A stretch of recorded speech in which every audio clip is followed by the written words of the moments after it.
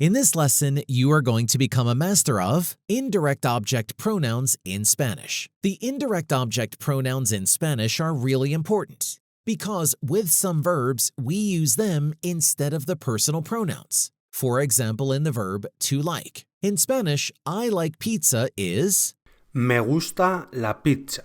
instead of. Yo gusto la pizza.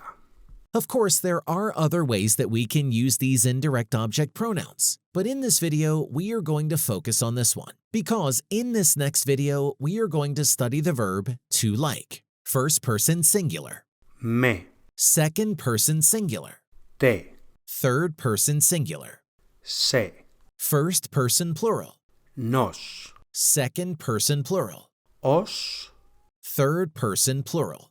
Les. If you want to learn Spanish, follow the link in the description, and you will find our complete course with more than 600 lessons, 300 exercises, more than 60 hours content, and a community where you can ask questions and our teachers will answer you, and meet people learning Spanish to practice. Only $249 lifetime. If you want to continue learning for free, just click here and you will find the next free lesson.